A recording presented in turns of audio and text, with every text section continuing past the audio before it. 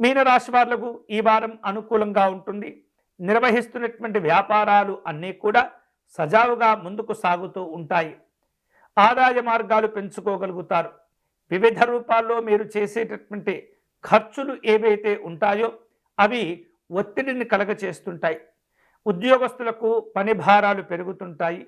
అధికారులతో సమావేశాలను నిర్వహించేటటువంటి ప్రయత్నం కూడా చేస్తుంటారు.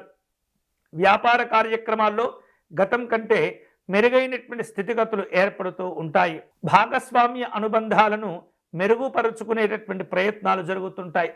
వ్యాపార విస్తరణకు మీరు చేసేటటువంటి ప్రయత్నాలు కలిసి వస్తుంటాయి.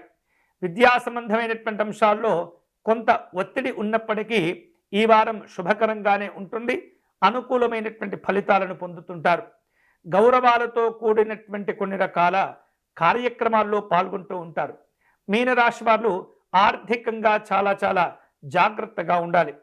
ఏమాత్రం కూడా ఎవరో ఏదో అడిగారని కొన్ని రకాల శక్తికి మించినటువంటి అప్పులు చేసి మరీ ఎదుటి వారికి సహకారం చేస్తూ ఉంటారు.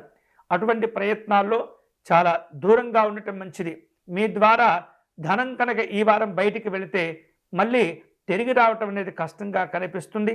తొందరపడి ఆర్థిక విషయాల్లో నిర్ణయాలు తీసుకోకూడదు. ఈ వారం మీనరాశి వారు మరిన్ని శుభ ఫలితాలు పొందేందుకై మహాలక్ష్మి అమ్మవారిని పూజించటం, ఆరాధించటం మంచిది.